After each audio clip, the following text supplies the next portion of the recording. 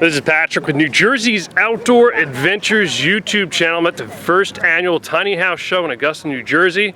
And I bumped into Yasmin and Ian here, and they have a unique travel trailer. Can you tell us a little bit about it? This is a fiberglass 1980 Boler trailer. Bolers are manufactured in Canada from 1968 to 1988. This one is in 1980, and it is about 1,400 pounds. It's been through quite a... Yeah, lots of stories with it, lots of stories. When we purchased it, the gentleman before it actually salvaged it from a farmer's tree. It was crushed, and he did the initial fiberglass repair, used it as a spare bedroom at the cottage. And it was kind of sketchy when we picked it up, so we've done a lot of work on the inside and a lot of the systems.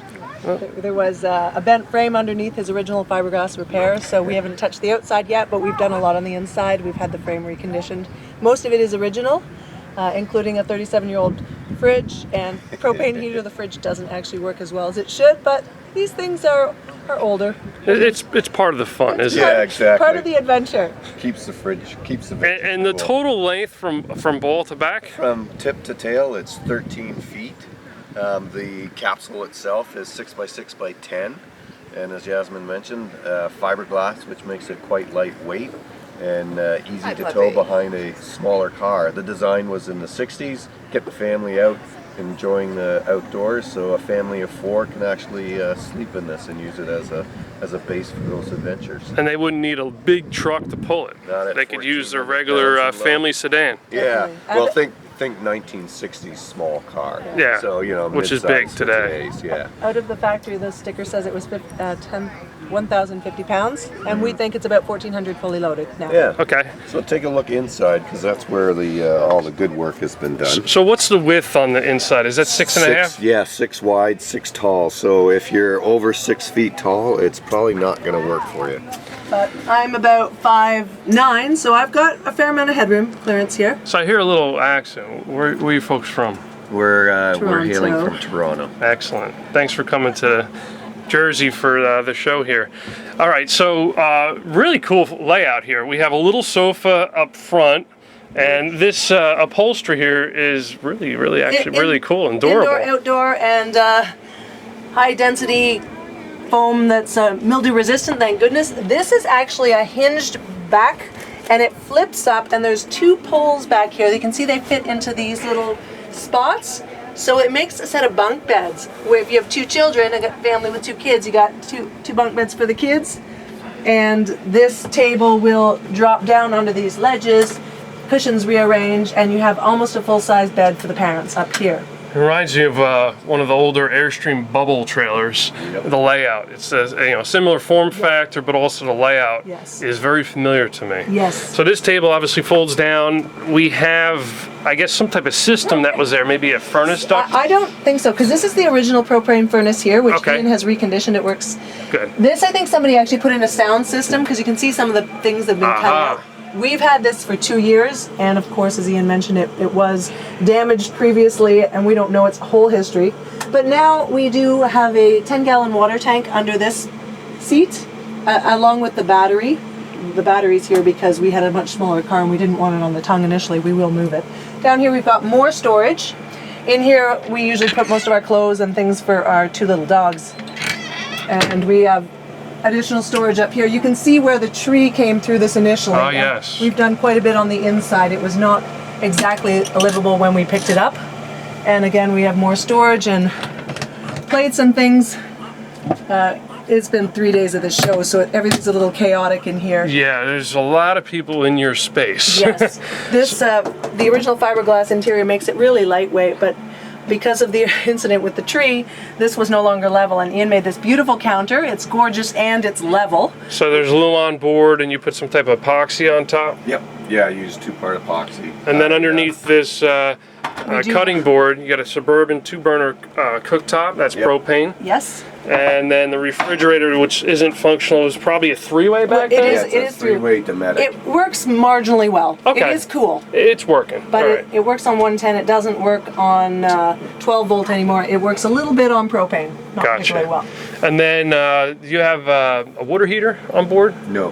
No water heater? Just a water tank. A water tank, and you have a water pump. It's not a hand pump. Yeah, no, we've got a hand pump. So I have a sailing background, a lot of time. A lot of stuff comes from there. So yeah. And municipal. And look at this. This is quite clever here. He added an extension to it, because otherwise it would dribble down onto the countertop. You got that right.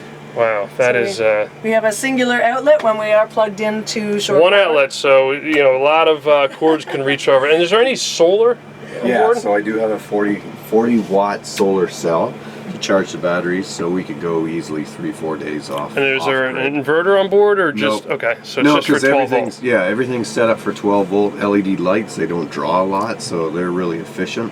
And then the only draw is the fan above Yasmin's head. So what they did was they have LED lights here, and then I'm sure you changed the bulbs inside Yes, the original they're all- fixtures to yeah. LED.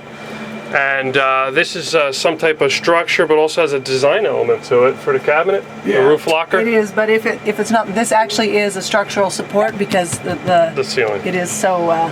If anything gets on the ceiling, even the snow in the winter, there needs to be a little bit extra. And then they have a 14 by 14 fantastic fan. This is an intake or exhaust, a variable speed control, and it has the quick release screen so you could clean the blades out. And I love these jealousy style windows. I mean, that adds a lot of character. Yeah, You don't see that stuff anymore. Obviously, people want the largest view they possibly can, and that would interrupt their view. But I think that's brilliant for ventilation. And then the curtains. Who came up with the curtain design? I did all the interior fabric choices, and I just bought these at like a giant Tiger store because it was recommended by someone else who's done several of these trailers. But because I had leftover indoor-outdoor fabric, I just lined them on the interior with that. Well, So that's that nice. makes- So now when you close it, instead of just seeing a white panel Yeah. on the Yeah, it outside, you could darkens it actually out. see a little bit of design. Yeah, and of course it's protected from the sun. Can you show us around the outside? Yeah, and the outside is the roughest part of the trailer, but what we did do is we separated the frame from the body, and I had the frame straightened, sandblasted, epoxied, and we put a new axle on it. So all the foundation, if you will, of the trailer is in really good shape. Our next major project is going to be the outside, and we're going to have to do a lot of sanding, a lot of filling, and then we'll either get it epoxy or re-gel coated. Okay. That's the plans for Now, folks that view on this channel, if you watched some of the Airstream videos, you could actually see the curvature of the door is just like the Airstream travel trailer. And I see here a waste hose storage tube or some yeah, type so that's of. where the original canopy goes into that. So it's just a little storage tube, and I'm going to move the battery up to the It front. looks like it's an 1 7/8 ball, It is. and then you have a manual crank hitch jack to raise and lower. You got your safety chains, and then it has a standard have a 7-wire. 7-way. And when you did the axle, did you convert to electric brakes? I do have the electric brakes on there. I just Okay, have a so he wire. probably has 10-inch drums, and it's a 3,000-pound axle. No, I think it's a 22 or 28. I can't quite remember. Okay. Well, this is, it's hard to see with the awning, which I love. I absolutely love the awning, but you can actually see now the size in proportion to the tow vehicle. This is a Volvo 60, XC60 wagon here, and you can see the size of the trailer. So this must not really impact your fuel economy by anything. Not too badly. Like, yeah, I guess it's a little tough to tell because of the hills that you have in this wonderful state. So, and I didn't have to worry about pulling it up the hills with the T6. And then you have your cooktop ventilation here, refrigerator ventilation is a Dometic vents. And then you have your 30 amp power cord connection. You have a city water connection. Actually, that's sink waste. So Sink we waste, gotcha. Yeah, so gray water, we gather it in some locations, or just we're careful to make sure it's just soap and gray water, and then fill the water tank, and that is the city water connection. Gotcha, city water. So when he hooks up here, they'll bring a water pressure regulator to protect themselves from high, unexpected boost in water pressure. And then your tires, you have, these look like 14-inch. These are 13 actually. No, I think they are 14s.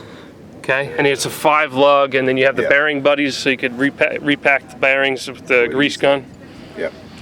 And then the back. So the back was where a lot of the damage shows up. So viewers might notice the very rough appearance of the fiberglass, and that's the next project. We'll probably end up stripping out all the windows, bagging everything inside, and then doing a full refinish on the fiberglass exterior. And when you look at the back of it, then you could really see the age with the style of the taillights, which was a very familiar look back then, but they look like they're LED now. Yeah, so we have Princess Auto up in Canada, and we picked up a couple of these 8-inch LED tail lights. Which are probably truck-type taillights. Yeah, or the universal school bus. Just think of the school bus, and that's how you'd find it. And then they have, I have a set of these for a vintage trailer I had, and they're aluminum stabilizer jacks that take that bounce out of your walk when you're walking around inside, and prevents your drink from spilling while it's sitting on the table. Yeah, absolutely.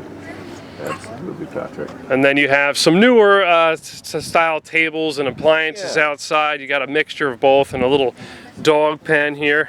And because we're at the Tiny Festival, we thought, well, we got to have a tiny tent for the dogs as well, too. So just following the theme. Well, Ian, I see your partner here is busy with some other folks that are interested. I really appreciate you taking the time with us today. Patrick.